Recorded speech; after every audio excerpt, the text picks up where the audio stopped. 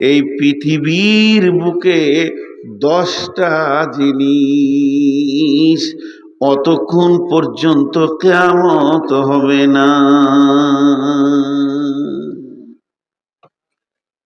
10টা জিনিস দেখতে পাবে। তো ওটা রানিং কিয়ামত, ওটা রানিং কিয়ামত। শামসি স্টেশনে ঘোষণা হলো 2 নম্বরে ট্রেন আসছে আসছে, তার মানে এখন ট্রেনটা নাই। আসছেটা আলাদা,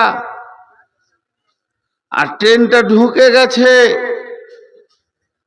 আপনি উঠে গেছেন, 5 জন 7 জন উঠেছেন, সিটটা করে কত নম্বরে দেখ, তোরে মোবাইলে ভালো করে দেখ, তোর সিট কোনটা আমার কোনটা দেখ, এইসব করতে শুরু করেছেন, এখন বসেননি আর ট্রেনটা নড়ে গেছে।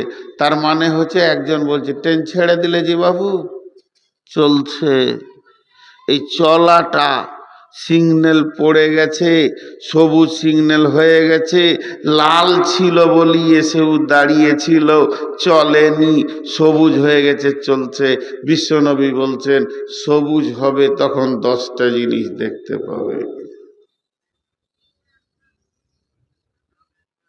কিয়ামতের সব থেকে বড় আলামত হচ্ছে কাসরাতু জেনা, ব্যভিচার বেড়ে যাবে পৃথিবীতে, ব্যভিচার বেড়ে যাবে, জেনা বেড়ে যাবে। হাজি ভাই, সাহাবীদের জামানায় জেনা করা কঠিন ছিল, বিয়ে করা আসান ছিল। বিয়ে এত আসান ছিল,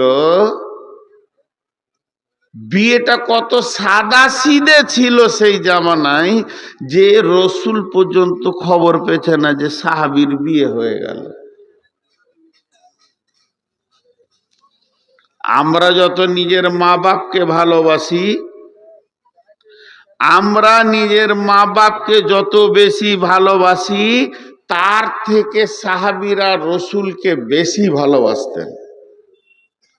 রসুলের জন্যে বুক পেতে দিয়ে 180টা তীর খেয়েছে তালহা। এখন বাপ মাকে যদি কেউ গুলি করে তো ছেলে বুক পাতবে না, তোর মত আছে, তুই মরে যা। কত ভালোবাসতো। সেই রকম সাহাবীর বিয়ে হচ্ছে, রসুল বলছে তোমার গায়ে সেন্ট কেনে জি, গায়ে হলুদ কেনে জি, বলে রাতে বিয়ে হয়ে গেছে। আর আমাদের বিয়ের খবর খালি কার্ড লেখি যেছে, বিহাইকে, বিহাইয়ের জামাইকে, তার বিহাইকে, তার জামাইকে, চুলে চুলে গিট দিতে দিতে কলকাতা পৌঁছিয়ে দিল। বিয়ে খুব নোংরা জিনিস। বিয়ের ব্যাখ্যা জীবনে একবার করেছি, আর করব না। আবার নসিব খারাপ, ওই জালসাতেই আমার বিবি ছিল, দুই শুনেছে, বলছে তোমাদের লজ্জাও নেই? বিয়ে কাকে বলে? বিয়ে দুটা পেচ্ছাবের রাস্তার মিলন ঘটবে, তার জন্য এত ভোজ? দুনিয়াকে কাট করে জানাতে হবে যে একটা আমার বেটা আর একটা বেটি নিয়ে সে ইঞ্জিন চালাবে, তাই ভোজ খেয়ে যা। সাহাবীরা বিয়েকে আসান করে দিয়েছে, গোপন হয়ে গেছে। কিন্তু জেনা করা কঠিন ছিল সেই জামানায়। জেনা করলে একদম রজম, পাথর ছুঁড়ে মেরে দাও। 23 বছরে মাত্র 3টে জেনার ব্যভিচারের আসামি ধরা পড়েছে। রসুল 23 বছর দেশ চালিয়েছে, 3টে আসামি ধরা পড়েছে। তার মানে কত কঠিন ছিল জেনা করা, তারপরও তাদেরকে রজম করা হয়েছে, মাফ করে দেয়া হয়নি। এখন পাল্টিয়ে গেছে, এখন বিয়ে করা কঠিন। বিয়ে করা মানে গলায় দড়ি নেওয়া, আর ব্যভিচার করা আসান। যত পারবি চালিয়ে যা, তোর ইঞ্জিন যদি মজবুত থাকে তোকে আর ভাবতে হবে না। পুলিশেও ধরবে না, কেউ ধরবে না। গার্লফ্রেন্ড মাফ, খালি বলে দিবি এটা আমার গার্লফ্রেন্ড আর বয়ফ্রেন্ড। জি আজকেই তো রাতে ভাইয়া, আল্লাহ ভালো করুন, খুব সম্মান দিয়ে আমাকে নিয়ে এসছেন। নিজের গাড়ি আনতে পারিনি, আবার বাংলাদেশ ঢুকবো কাল পরশুর মধ্যে আসাম হয়ে। তো আতিকুর রহমান ভাইকে বললাম গাড়ি পাঠান, তো গাড়ি পাঠিয়েছে। আল্লাহ ওনার ভালো করুন, এই কমিটির ভালো করুন। তো রাস্তায় আস্তে আস্তে যখন বুধিয়া পার হচ্ছি, রাতের আঁধারে একটা মেয়ের গাল দুটা ছেলেতে টিপছে। জেনা কত ব্যভিচার আসান হয়ে গেছে। আল্লাহ নবী বলছেন কাসরাতু জেনা, জেনা বেড়ে যাবে, ব্যভিচার বেড়ে যাবে, আর জেনা ব্যভিচার আম হয়ে যাবে। মহিলারা একদম শালপাতার মতো ব্যবহার হবে, এদেরকে কেউ আর সম্মান দেবে না। এই সময় যে কিয়ামত আসবে, তো এই সাহাবীদেরকে বললেন শোনো শোনো, তোমরা 10টা জিনিস যখন এই পৃথিবীর মাটিতে দেখতে পাবে, তখন তোমরা জেনে নাও যে কিয়ামতটা রানিং হয়ে গেছে, আর কিয়ামত আসবে, কিয়ামত হবে। এই ভাষাটা তোমরা বলিও না, এখন বলো যে রানিং হয়ে গেছে। আজকে হচ্ছে 13 তারিখ, আজ 13 তারিখ, গতকালকে ছিল 12 তারিখ, আগামী কাল হবে 14 তারিখ। 12 তারিখে প্যান্ডেলগুলোকে টাঙ্গা হচ্ছে, মাইক টাঙ্গা হচ্ছে, আর স্টেজকে বানানো হচ্ছে। যদি কোনো মানুষ এদিকে পেরিয়ে যেত, ভাই কি হবে না জালসা হবে। আজকে রানিং, যদি কেউ পেরিয়ে যায় তো জালসা হচ্ছে, আর আগামীকাল যদি কেউ আসে এগুলো খোলামেলা দেখতে পাবে, বলবে জালসা হয়ে গেছে। তো এই যে রানিং জালসা হচ্ছে, বক্তা বকছে, মাইক বাজছে, লোক বসে আছে, তো কিয়ামতের 10খানা কথা নবীজি বললেন। প্রথম নম্বরে বলছেন আদ-দাজ্জাল, এই দাজ্জাল মাসিহ ইবনে দাজ্জাল পৃথিবীতে আসবে, তার একটা চোখ কানা হবে। আর ওই চোখটা কেমন কানা হবে, ওটা পচে গিয়ে কানা হয়ে আঙ্গুর ফলের মতো এখানে ঝুলবে। ওই কানা দাজ্জাল সে নিজেকে আল্লাহ বলে দাবি করবে, সারা পৃথিবী ভ্রমণ করবে, সে মানুষকে মারবে, জীবিত করবে, আর সে জান্নাত জাহান্নামের হুমকি দেখাবে। তার জান্নাতটা জাহান্নাম, জান্নাতটা জাহান্নাম, জাহান্নামটা জান্নাত। ঈমানদাররা তাকে মানতে পারবে না, কিন্তু ঈমানদারদের একবার মারবে, জীবিত করবে, আল্লাহ দাবি করবে, দ্বিতীয়বার মারতে যাবে আর পারবে না। এই দাজ্জাল সারা পৃথিবী ভ্রমণ করবে।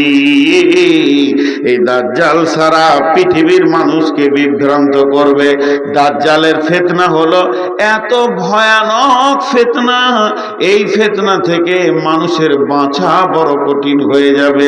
এর জন্য আল্লাহ রসুল প্রত্যেকটি নামাজে দাজ্জাল থেকে, ফিতনা থেকে বাঁচার জন্য দুআ ফিটিং করে দিয়েছে। আল্লাহুম্মা ইন্নী আউযু বিকা মিন ফিতনাতিল মাসিহিদ দাজ্জাল, হে আমার রব আমাদেরকে মাসিহ ইবনে দাজ্জাল থেকে বাঁচাও।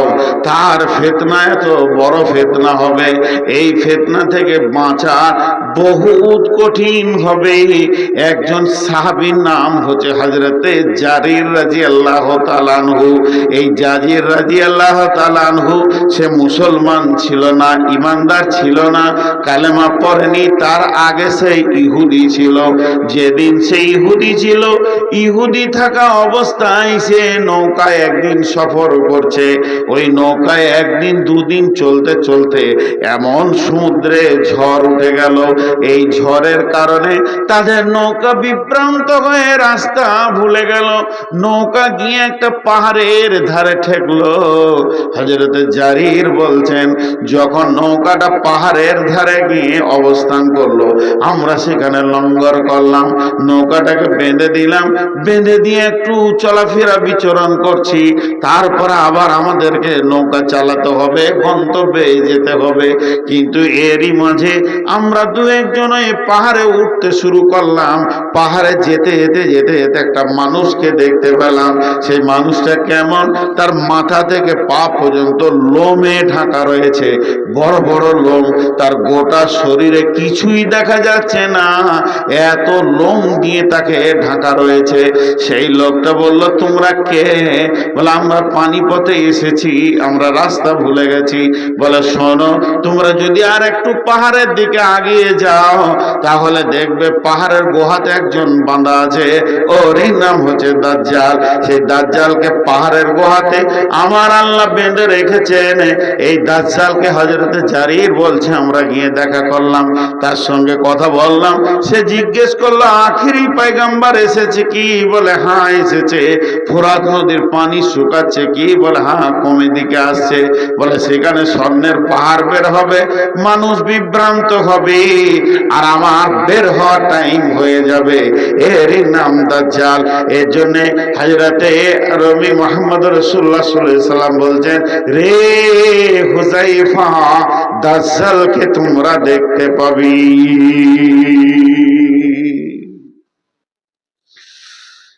ব্যাখ্যা টেনেছে। ব্যাখ্যা বহু রকম হয়। আজ থেকে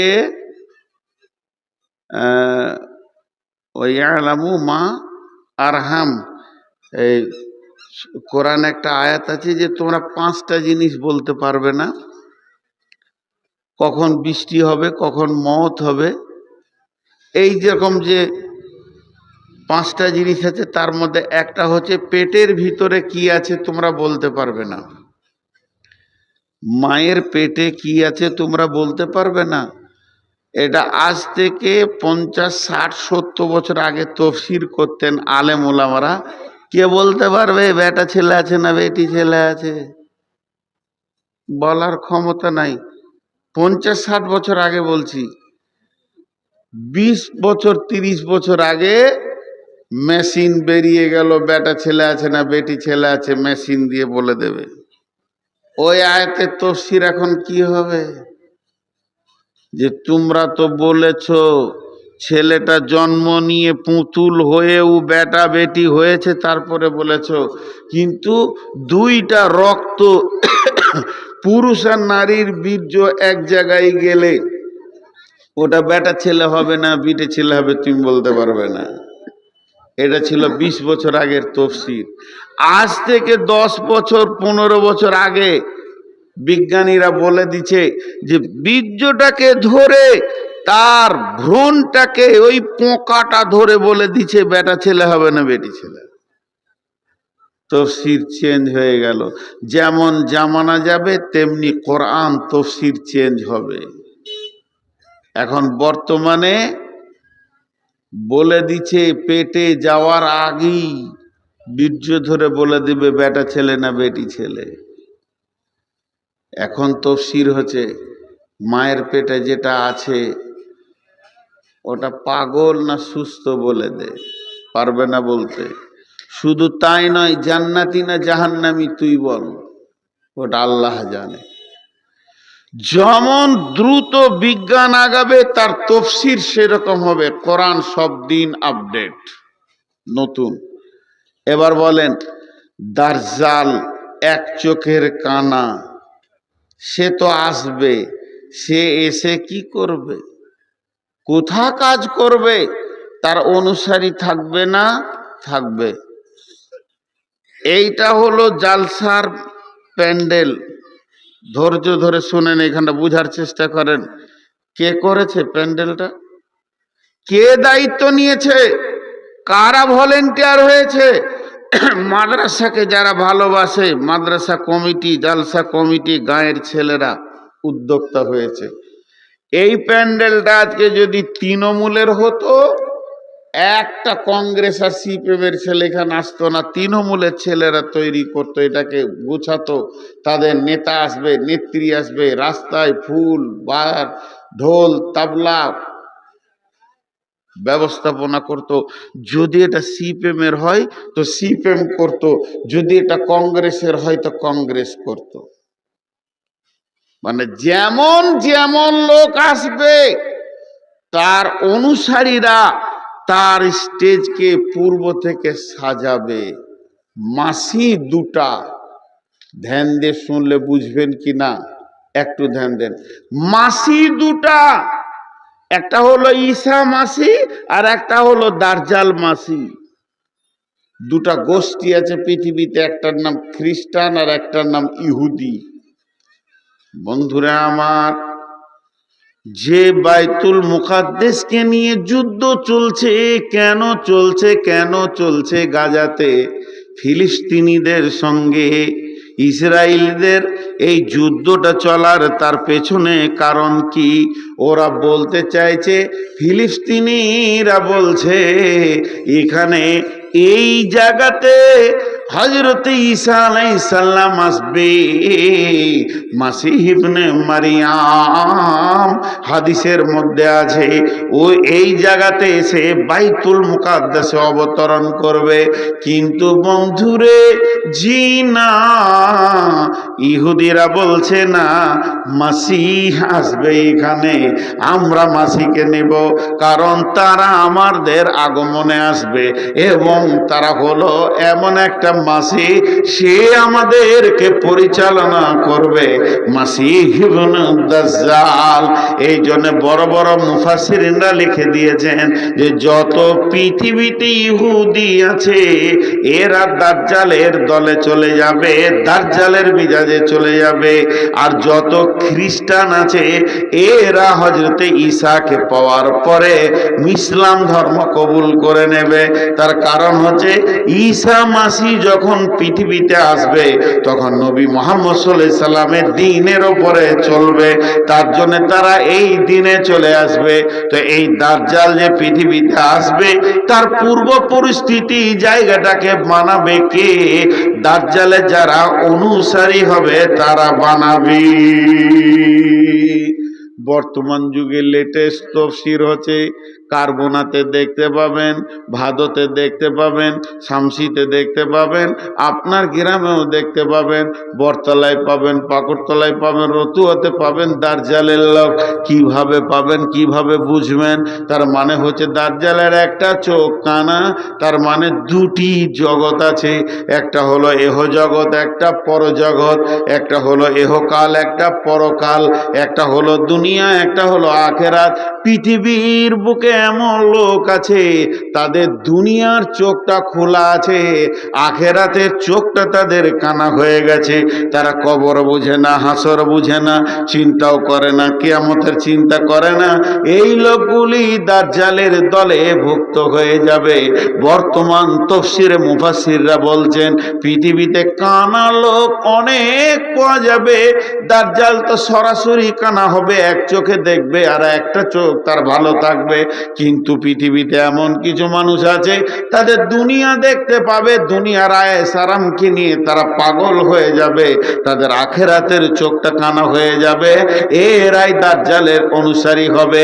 দাজ্জাল যে আসবে এদের নেতা, তার পূর্ব পরিস্থিতি এরা জায়গাকে বানাবে এবং পৃথিবীর পরিস্থিতি এমন করে দেবে যে দাজ্জাল পৃথিবীর বুকে এসে এদের সঙ্গে মোলাকাত করবে এবং ঈমানদারদের ওপরে অত্যাচার শুরু হয়ে যাবে।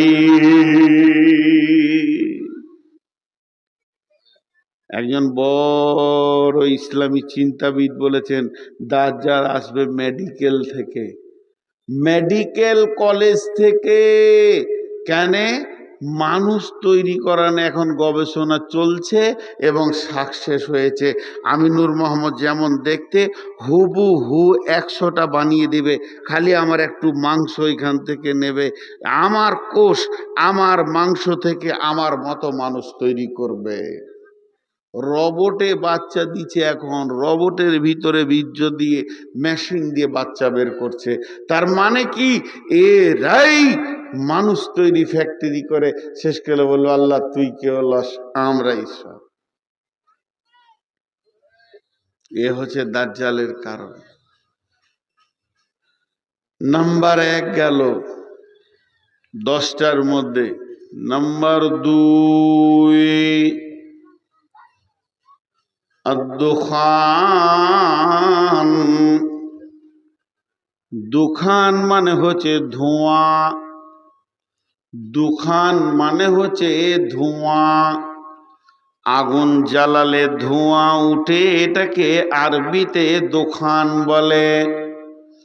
বিশ্বনবী বলছেন এই দুখান পৃথিবীতে দেখা যাবে, এমন একটা ধোঁয়া আসবে আসমান থেকে ধোঁয়াটা পৃথিবীতে যখন পৌঁছে যাবে, যেমন কুয়াশা হলে একটা মানুষ আর একটা মানুষকে 20 হাত দূরে দেখতে পায় না, তো এই ধোঁয়াটা এত ঘন হবে, এত ধোঁয়াটা বিরক্তিকর হবে। এই ধোঁয়াটা যখন পৃথিবীতে থাকবে, মানুষ নিজের কাছের মানুষকে চিনতে পারবে না। 1 হাত 2 হাত দূরে মানুষকে দেখতে চিনতে অসুবিধা হবে। এই ধোঁয়াটা আসমান থেকে জমিনে এসে কতদিন থাকবে? 40 দিন পর্যন্ত ধোঁয়াটা পৃথিবীর বুকে থাকবে। সারা পৃথিবী একদম আঁধার অচল হয়ে যাবে, মানুষ মানুষকে দেখতে পাবে না, চলাফেরা উঠা বসা অসুবিধা হয়ে যাবে। বিশ্বনবী বলছেন আদ-দাজ্জাল ওয়াদ-দুখান, এই দুখান নামে ধোঁয়াটা পৃথিবীতে আসবে। ধোঁয়া তো আসবে,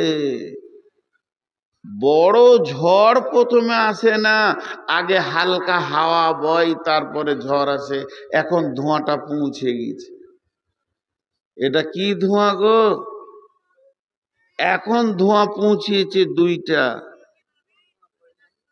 দুইটা ধোঁয়া। বড় বড় মুফাসসিররা বলছে একটা হলো রাজনীতি আর একটা হলো টাকা পয়সা, মাল মানুষের চোখকে কানা করে দিয়েছে। মালের কারণে নিজের ভাইকে পিটে লাশ বানিয়ে দিচ্ছে মানুষ। ওরা চিনার ক্ষমতা হচ্ছে না যে এটা আমার মায়ের পেটের ভাই। কয়েক হাজার টাকার জন্য বিবিকে টিপে, গলা টিপে মেরে দিচ্ছে মানুষ। ধোঁয়া পৌঁছে গেছে, কিন্তু অরিজিনাল ধোঁয়াটা আসবে, তার আগে এটা পৌঁছে গেছে। আদ-দুখান। 3 নম্বরে নবীজি বলছেন ওয়া দুব্বাতুল আরদি, জমিনের উপরে একটা প্রাণী হাঁটবে। বন্ধুরে, প্রাণীটা কেমন হবে?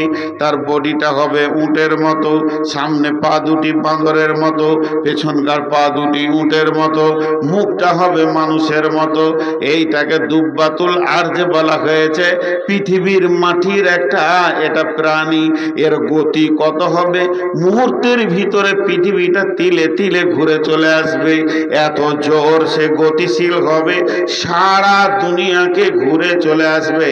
এর ডান হাতে থাকবে মুসার লাঠি, বাম হাতে থাকবে সুলাইমানের আংটি, কিংবা ডান হাতে থাকবে সুলাইমানের আংটি, বাম হাতে থাকবে মুসার লাঠি।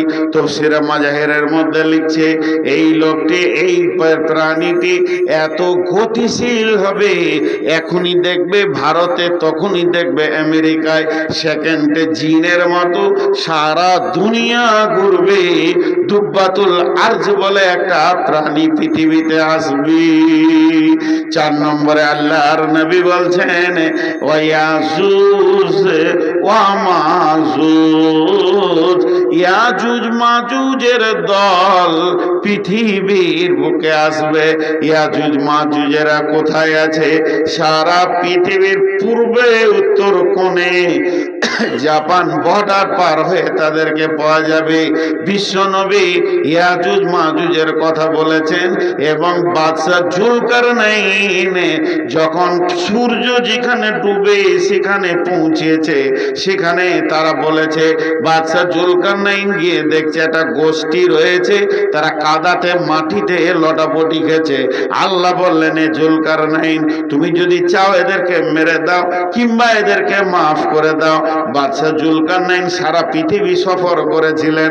ওই বাদশা জুলকারনাইন আবার পূর্ব দিকে যেখানে চলে গেলেন উদীয়মান সূর্যের জায়গাতে, ওখানে পৌঁছে গিয়ে দেখছে ওই রকম গোষ্ঠী রয়েছে। সেই লোকগুলি এসে বলল বাদশা জুলকারনাইন, এই পাহাড়ের ওই পাশে একটা গোষ্ঠী রয়েছে, তাদের নাম হলো ইয়াজুজ মাজুজ।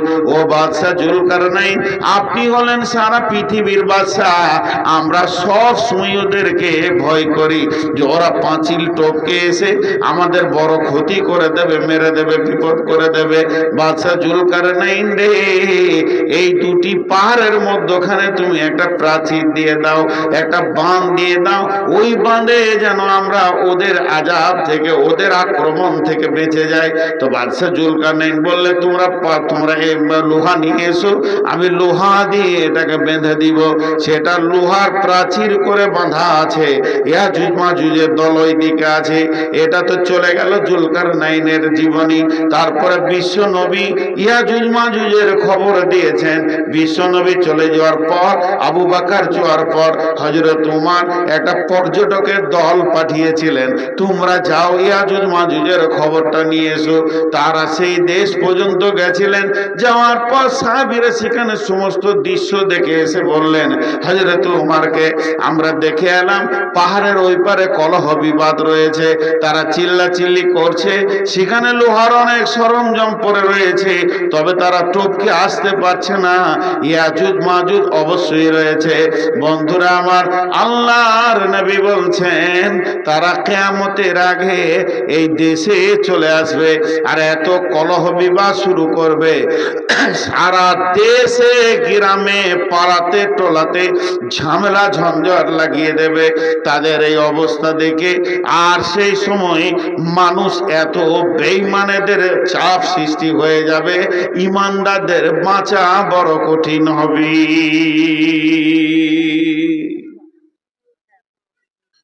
ইয়াজুজ মাজুজের দল এত অত্যাচার করবে। ইয়াজুজ মাজুজের দলের গ্রুপ এখনো আছে, খালি ধীর মিজাজে একটু দেখেন, প্রত্যেকটা গ্রামে কিছু লোক আছে, তারা খালি ঝগড়া লাগিয়ে রাখতে ভালোবাসে। এরা ইয়াজুজ মাজুজের দলে ঢুকবে। তাফসীর কিন্তু প্রতিটি জামানার সঙ্গে মিলে যাবে। একটু সবর খালি আপনাদের কাছে চাইছি, বিরক্ত হবেন না। তো ওই ইয়াজুজ মাজুজের দল এসে কলহ বিবাদ করবে, তখন এরা এদের দলে ভর্তি হবে। এমন সময় নুজুল ঈসা ইবনে মারিয়ামা 4 নম্বর আলামত হচ্ছে ঈসার ছেলে মারিয়াম আসবে, দুটি ফেরেশতার ঘাড়ে এরকম হাত দিয়ে পশ্চিম দক্ষিণ কোণ থেকে, চতুর্থ আসমান থেকে প্যারাশুটে লোক যেমন জাহাজ থেকে নামে ওরকম তত্তর তত্তর করে নেমে ওই বাইতুল মুকাদ্দিস, যে দেশটাকে নিয়ে ঝামেলা চলছে ফিলিস্তিনে, ওখানে উনি অবস্থান করবেন। ইমাম মেহেদি মেহনত চালাবে কিন্তু পারবে না কোলাতে। ঈসা আলাইহিস সালাম আসবেন, ইমাম মেহেদির সঙ্গে জয়েন্ট হবেন, আর ইমানদাররা একটু নিঃশ্বাস ছাড়বে, যাক এতক্ষণ একটা মজবুত লোক পেয়েছি। ইয়াজুজ মাজুজের দল মানুষকে জ্বালিয়ে শেষ করে দেবে। তখন ঈসা আলাইহিস সালাম হাত তুলবেন, এই আল্লাহ রব্বুল আলামিন, তুমি আখিরি নবীর উম্মতদেরকে বাঁচাও বেঈমানদের হাত থেকে।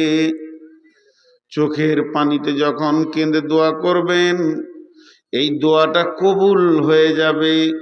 আর যখনই কবুল হয়ে যাবে, ওই ইয়াজুজ মাজুজের দলেদের তাদের ঘাড়ে একদম শিরদাঁড়া হাড়ের কাছে ঘা হবে। এই ঘাটা এত বিষাক্তক হবে যে এর কোনো ওষুধ পাওয়া যাবে না, পৃথিবীতে কোনো মেডিসিন পাওয়া যাবে না। ওই এক ঘাই সমস্ত মানুষগুলো একসঙ্গে মরে যাবে। যেখানেই যাবে খালি লাশ আর লাশ, হাটে ঘাটে বাজারে রাস্তায় পুকুরে নদীতে খামারে মাঠে লাশ আর লাশে ভর্তি হয়ে যাবে। ঈসা আলাইহিস সালাম আবার দোয়া করবেন, মাবুদ রে, এতগুলো লাশ এবার পছন্দ ধরবে, এরা পছন্দ ধরে গেলে মানুষ আর টিকতে পারবেন না। মাবুদ, এদেরকে তুমি ব্যবস্থা নাও, এত লাশের তো দাফন করা সম্ভব নয়। এই দোয়াটা যখনই কবুল হবে, সমুদ্রের ভিতর থেকে এক দল পাখি আসবে, আর সেই পাখিতে বিশ্বনবী বলছেন এক একটা পাখি 3খানা করে লাশ ধরবে, 2 পায়ের পাঁজে 2টি আর ঠোঁটে একটা। এই লাশ নিয়ে তারা আবার সমুদ্রের ভিতরে চলে যাবে। এইভাবে লাশগুলো শেষ হয়ে যাবে। তারপরে 40 দিন মুষলধারা বৃষ্টি হবে, সারা বিশ্বটা ধুয়ে মুছে যাবে। বন্ধুরা আমার, এরপরেই ভূমিকম্প শুরু হবে। সালাসাতা খুসুফিন, খুসুফিল মাগরিবি, খুসুফিল মাশরিকি, খুসুফিল জাজিরাতিল আরব। একটা ভূমিকম্প পূর্ব দিক থেকে পশ্চিম দিকে চলে যাবে, আর একটা পশ্চিম দিক থেকে ভূমিকম্প পূর্ব দিকে চলে যাবে, আর একটা আরব সমুদ্র উপকূল দ্বীপ থেকে ভূমিকম্প শুরু হবে। আর এই 3টে ভূমিকম্প যখনই শুরু হয়ে যাবে, তখন বন্ধুরে অতাকরিজুন নারা বিল ঈমান ওয়া তাদরিসুন নাসা ইলাল মাহশার তুলু'ইশ শামসি মিনাল মাগরিবিহা। সেদিন পশ্চিম দিকে সূর্য উঠে যাবে, তওবা দরজা বন্ধ হয়ে যাবে, আর এই মাটি ফেটে একটা আগুন বের হবে। কেউ বলছে ডান দিক থেকে, কেউ বলছে ইমান প্রদেশ থেকে। এই আগুনটা যখনই বের হবে, আগুনটা 2 ভাগে বিভক্ত হয়ে সারা পৃথিবীটাকে ঘিরে নেবে।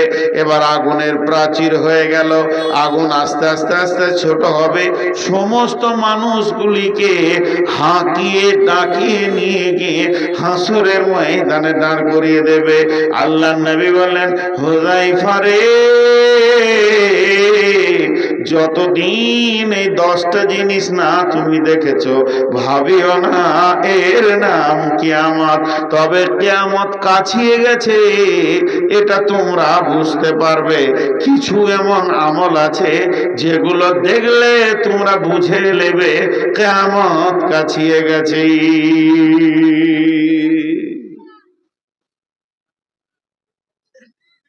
ভাইরা আমার, আজকে খুব ভাইটাল কথাগুলো ধরেছি।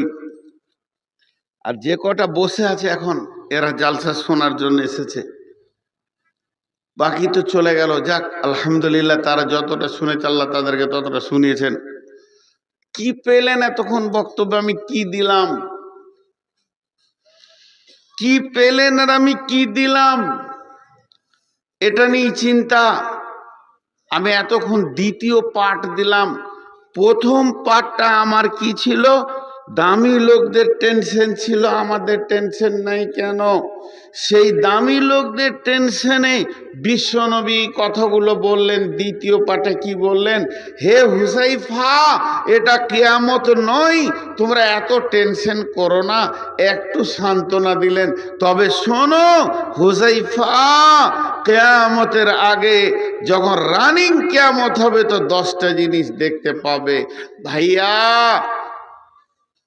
যদি আবহাওয়া দপ্তর বলে আগামী বুধবার প্রচন্ড ঝড় হবে, যে ঝড়ে রতুয়া থানাটাকে উড়িয়ে দেবে, বুধবার ঝড় হবে, রতুয়া থানাটা উড়িয়ে দেবে।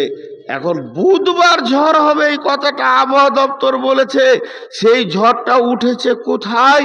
ঝড়টা উঠেছে বঙ্গোপসাগরে, আর লক্ষ্য বস্তু রয়েছে তার রতুয়াটা উড়িয়ে দেবে। আমরা যা দেখছি ক্যালকুলেশন করে, তা বুধবারের কথা। কিন্তু মঙ্গলবার জোহরের পর হিল হিল করে বাতাস বইছে, লোক বলবে ওরে চলে এসেছে। আসলে যে ঝড়টা উড়িয়ে ঘর বাড়ি ভাঙবে সে এখন আসেনি। হিলহিলিনি বাতাস, যে বাতাসটা মানুষ খোঁজে, যে বাতাসটা মানুষ চায়, যে বাতাসটা পেলে মানুষ নিজেকে বলে উফ জানটা ঠান্ডা হলো, সেই বাতাসটা এলেই মানুষের মিজাজ বিগাড় নিবে। কেন? আবহাওয়া দপ্তর বলেছে বড়টা আসছে। এখনই হিলহিলিনিতে তো তুমি হাসিও না, আনন্দ করিও না, আর হাওয়া গায়ে লিও না। তোমার বড়টা পেছনে আছে, তোমার বাড়ির বুনিয়াদকে তুলে 300 ফুট দূরে ফেলবে, এই খবর আছে। তেমনি কিয়ামত বড় আছে, এখন হিলহিলিনি বাতাস শুরু হয়ে গেছে আমাদের ভিতরে। আমাদের ভিতরে হিলহিলিরি বাতাস শুরু হয়ে গেছে, হাসার বিষয় নাই। সেটা কি? ওয়ান আবি হুরায়রা রাদিয়াল্লাহু তাআলা আনহু قال قال رسول الله صلى الله عليه وسلم إذا اتخذ الفي دبالا والأمانة مغنما والزكاة مغرما تعلم لغير الدين آتى الرسول امرته أكا أمه أدنى صديقه أكسى أباه جاهرت الأصوات في المساجد ساد القبيلة فاسقهم جعم القوم أرذلهم وأكرم الرجل مخافة سره وجاهرت الكائنة والمعازف وسربت الخمر لباس